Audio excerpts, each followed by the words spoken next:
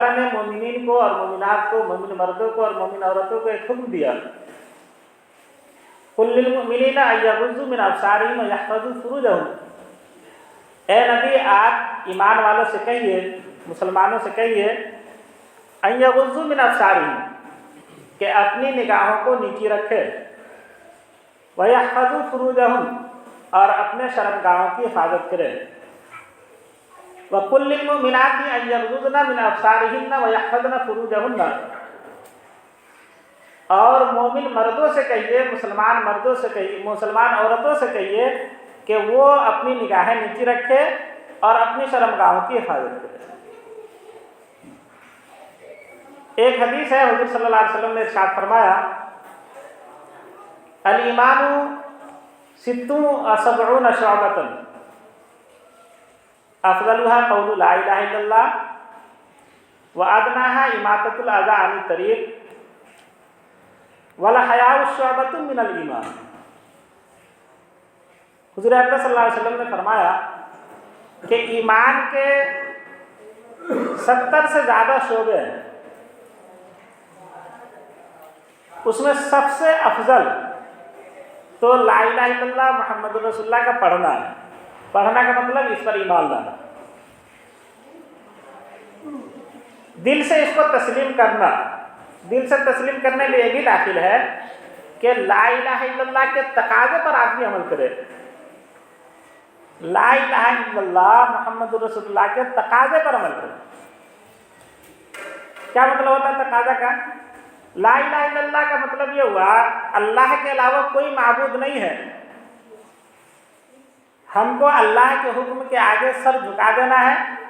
اللہ جو کہے اس کو مان لینا ہے، اور صرف ایک اللہ ہمارا خالق، ہمارا مالک ہے، پوری کائنات کا سسٹم چلانے والا ہے، ذرے ذرے کا مالک ہے، بس اس کی بات ہم کو ماننا ہے۔ لا الہ الا اللہ، اللہ ایک ہے کہنا بھی اور دل سے اس کا اقرار بھی کرنا، یہ عقیدہ بھی رکھنا۔ محمد رسول اللہ، محمد صلی اللہ علیہ وسلم اللہ کے رسول ہے، یہ ایمان کے 70 شعبوں میں سے سب سے پہلا اور سب سے افضل شعبہ ہے اللہ پر ایمان لانا۔ اللہ پر ایمان لانے کے بعد میں کچھ چیزیں آٹومیٹک آدمی کے ساتھ لگ جاتی ہیں۔ اب کوئی آدمی کہے کہ ٹھیک ہے ہم نے اللہ کو ایک مان لیا، لیکن اس کلمے میں یہ تو نہیں ہے کہ آپ کو نماز بھی پڑھنا ہے، اس میں تو یہ کہ اللہ کو ایک ماننا ہے، اس کلمے میں تو یہ نہیں ہے کہ رمضان ہے تو روزہ بھی رکھنا ہے، اس کلمے میں تو یہ نہیں ہے کہ مالدار ہے تو زکوٰۃ بھی دینا ہے، اس کلمے میں یہ تو نہیں ہے کہ ہم کو حج کے لیے بھی جانا ہے، اس کلمے میں تو یہ تو نہیں ہے کہ ہم کو اپنے والدین کی خدمت بھی کرنا ہے اور ان کا حق بھی ادا کرنا ہے، اس کلمے میں یہ تو نہیں ہے کہ پڑوسی کے ساتھ ہم کو کیسے پیش آنا ہے، اس کلمے کے اندر شراب سے تو منع نہیں کیا گیا ہے، اس کلمے کے اندر سود سے تو منع نہیں کیا گیا ہے، اس کلمے کے اندر زنا سے تو منع نہیں کیا گیا ہے، اس کلمے کے اندر پڑوسی کے دل دکھانے سے تو منع نہیں کیا گیا ہے، غیبت سے تو منع نہیں کیا گیا ہے، بہتان سے تو منع نہیں کیا گیا ہے، اس میں تو کہا گیا کہ اللہ کو ایک ماننا ہے۔ تو چونکہ بات آ گئی ہے تو ایک بات آپ سمجھ لیجئے کہ اتنا کہنا کہ ہم اللہ کو ایک مانتے ہیں، اس پر ایمان لانا، یہ تمام چیزیں آٹومیٹک اس کے ساتھ لگ جاتی ہیں بغیر کہے ہوئے۔ اس کو آپ مثال سے سمجھ سکتے ہیں کہ دلہے بابو ہوتے ہیں، الحمدللہ اس میں جو نوجوان ہیں، باقی جتنے عمر کے لوگ ہیں سب لوگ کو دلہا بننے کا شرف حاصل ہوا ہوگا، اور جن کو نہیں ہوگا ان کو حاصل ہو جائے گا، آج میں کل تو دلہا بننا ہے۔ تو دلہا جب آدمی بنتا ہے، شادی جب آدمی کی ہوتی ہے، امام صاحب، مولانا صاحب، مفتی صاحب جو نکاح پڑھاتے ہیں تو ان سے یہ کہتے ہیں کہ فلاں کی بچی سے اتنے مہردین کے بدلے ہم نے آپ کا نکاح ان سے کیا، کہیے آپ کو قبول ہے؟ وہ کہتے ہیں ہاں قبول ہے، اتنا کہتے ہیں اور ان کا نکاح ہو جاتا ہے۔ اتنی ہی بات نہ ہے، جو لوگ دلہا بن گئے ہوں گے ان کو تجربہ ہے، جو لوگ نہیں بنے یہی سنیں گے، وہ یا نکاحوں میں سنتے رہتے ہیں، صرف اتنے ہی کہتے ہو کہ ہم کو قبول ہے کہ ہاں ان سے میرا نکاح ہو گیا۔ اب جب اتنا کہہ دینے کے بعد میں کہ فلاں کی بچی سے ہم کو نکاح قبول ہے، کچھ چیزیں اس کے ساتھ آٹومیٹک لگ جاتی ہیں۔ اب مان لیجیے کہ انہوں نے کہہ دیا اور بچی ان کے گھر میں پہنچ گئی اور ان کے گھر رہنے کا انتظام وہ نہیں کر رہے ہیں، کہاں رکھنا ہے اس کا انتظام نہیں، بیمار پڑ گئی تو دوا علاج نہیں، اور اگر بات آگے تک پہنچی، اولاد ہو گئی تو اس اولاد کی فکر نہیں، اس کے کپڑے کی فکر نہیں، اس کے زیب و زینت کی فکر نہیں،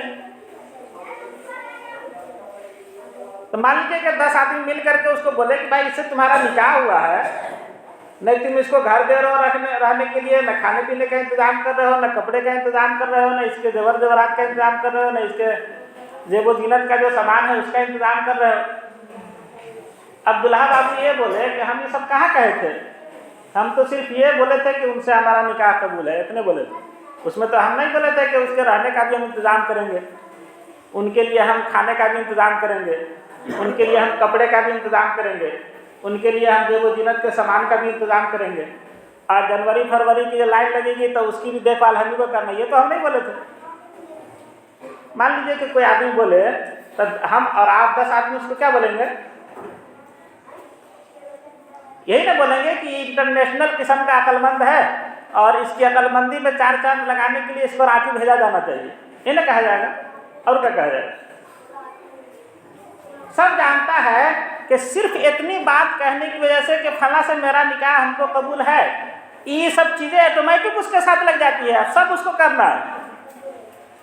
اب سر میں درد بھی ہو تو فکر اس کو کرنا ہے۔ اب والدین سے ان کا رشتہ صرف اس کا ہے، والدین کا اور ماں باپ کا رشتہ صرف رشتہ ہے، اب اصل میں وہ آپ کے گھر کی عورت ہے، آپ کے گھر کی بیوی ہے، آپ کے گھر کی عزت ہے، جو کچھ ہے آپ کے گھر کی ہے، سب فکر آپ کو کرنا ہے۔ دوسرے نمبر پر ان کے والدین کریں گے نہیں کریں گے نہیں کریں گے۔ تو جس طریقے سے صرف اتنا کہہ دینے کی وجہ سے یہ سب چیزیں خود بخود آدمی کے ساتھ لگ جاتی ہے، ہر آدمی جانتا ہے اس کو کہ یہ چیزیں اس کے ذمہ لگ گئی ہے اور سب اس کو کرنا ہے، اس کے A to Z سب چیز کا انتظام اس کے ذمہ ہے۔ بس یہی بات ہے کہ جب ہم نے کلمہ لا الہ الا اللہ پڑھ لیا، جو ایمان کا سب سے پہلا شعبہ ہے، سب سے افضل شعبہ لا الہ الا اللہ کا پڑھنا، کہ ہم نے کلمہ لا الہ الا اللہ پڑھ لیا کہ اللہ ایک ہے، محمد صلی اللہ علیہ وسلم اس کے رسول ہیں،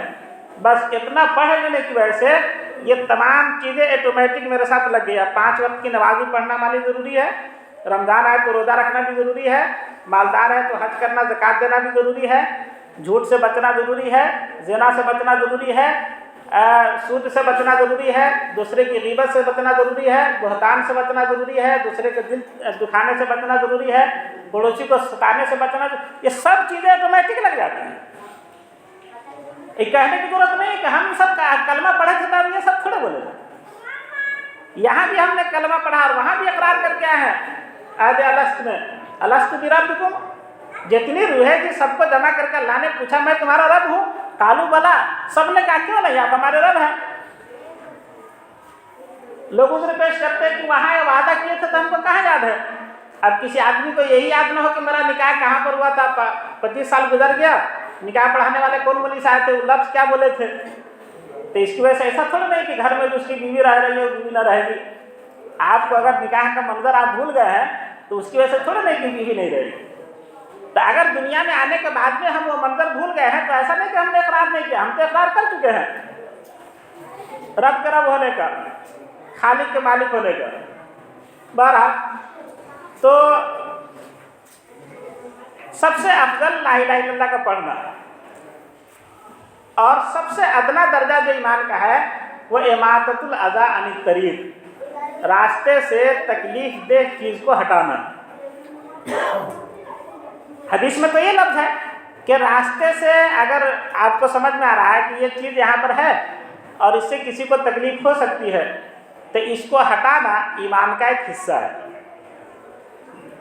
کسی کو بھی اس سے تکلیف ہو سکتی ہے آنے جانے میں تو اس کو وہاں سے ہٹا دینا یہ ایمان کا حصہ ہے۔ اچھا، اس سے بڑھ کر کے عام گزرگاہ پر گزرنے والے راستے پر کوئی ایسی چیز رکھنا یا کوئی ایسا کام کرنا جس سے عام لوگوں کو تکلیف ہو، یہ کیا ہے؟ تو سمجھ میں آ رہی ہے؟ مسئلہ یہ نہیں ہے، آج ہٹانے کا تو مسئلہ ہی ہمارے ذہن سے ختم ہو گیا ہے۔ مسلمان قوم کے ذہن سے یہ بات ہی نکل گئی ہے کہ کسی کو تکلیف دینے والی اگر کوئی چیز ہے تو اس کو ہم کو ہٹا دینا ہے، یہ ایمان کا ایک حصہ ہے، یہ بات ذہن سے نکل گئی ہے۔ بلکہ اس کھوج میں رہتے ہیں کہ کتنا زیادہ سے زیادہ ہم راستے کے اوپر چلنے والے اس پر کوئی ایسی چیز رکھیں جس سے آنے والے کو خوب کوفت ہو اور خوب پریشان ہو، ایسا ہو گیا معاملہ۔ تو راستے سے تکلیف دہ چیز کو ہٹانا یہ تو ایمان کا حصہ ہے، لیکن راستے پر تکلیف دہ چیز رکھنا اور باضابطہ پلاننگ کے ساتھ رکھنا کہ فلاں دیکھے تو خوب چڑ ہے، فلاں دیکھے تو خوب کوڑ ہے، فلاں دیکھے تو خوب کوفت میں مبتلا ہو، یہ کیا ہے؟ ہو سکتا ہے کہ ہمارے زمانے کی اصل مسلمانیت ہو، ایسا بھی ہو سکتا ہے، باضابطہ ایسا کیا جاتا ہے۔ اور اس کی مثال ہے، ہم یہ نہیں کر رہے کہ آپ کے محلے کی مثال ہے، لیکن مثال ہے مسلمان محلے کی مثال ہے۔ جان بوجھ کر کے گندا پانی راستے پر اس لیے گرا رہا ہے، جانے والا جائے، تکلیف ہوگی کہ اس کو، ہم کو کیا ہے۔ تیسرا جو حدیث کا یہ ہے، الحیاء شعبۃ من الایمان، جس پر ہم کو گفتگو کرنا تھا، بات ادھر چلی گئی۔ الحیاء شعبۃ من الایمان، حیا ایمان کا ایک بہت بڑا شعبہ ہے۔ محدثین لکھتے ہیں کہ شعبۃ کے اندر جو تنوین ہے، وہ عربی گرامر کا مسئلہ ہے کہ شعبۃ کے اندر جو تنوین ہے وہ تعظیم کا ہے، بڑائی کا ہے۔ حیا ایک بہت بڑا شعبہ ہے ایمان کا،